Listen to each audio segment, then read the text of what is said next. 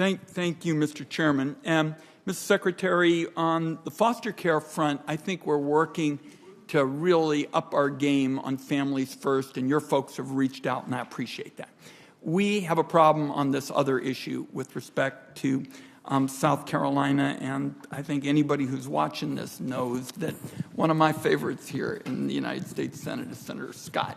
And he and I really like to find common ground, not spend our day shouting at each other. And I just want to make sure everybody understands what concerns me so much about what is going on in South Carolina. And I think Senator Scott made an important point. He said, nothing is more American than religious liberty.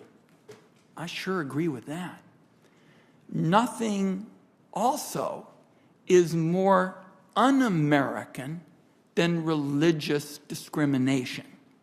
And that is what I believe is going on with this Miracle Hill program in South Carolina.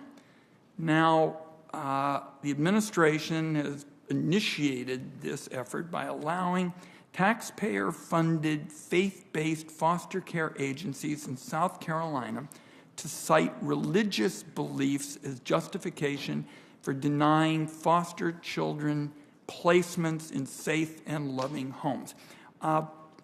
Senator Scott, Mr. Chairman, if I could just place those documents in the record, that would be good. Yes. Great.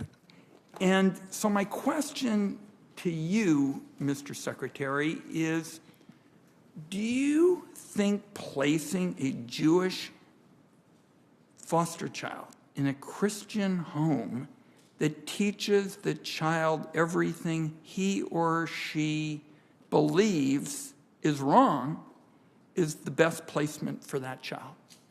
Of course, we do not support any restriction on placement of children. But what we do support is these children need to find homes. And we support as many providers as possible being engaged. And faith-based providers are the bedrock of some of our most difficult placements in terms of disabled, hard-to-place children. They always historically have been, and that's why the Roman Catholic Diocese of Charleston, as well as the Coalition for Jewish Values, supported the accommodation that we provided at the request of the governor of South Carolina. It was not at our initiation. It was at the governor's request to provide this exemption, this waiver, to allow them to continue to work with co-religionists. It is not an animus towards any religious group or other entities or individuals, and in fact, they are required, if they cannot work with individuals who come forward, this Miracle Hill organization, they would be required to refer those individuals to the state placement foster care authority or to other foster care providers, of which there are many in the state of South Carolina, who would be willing to work with them.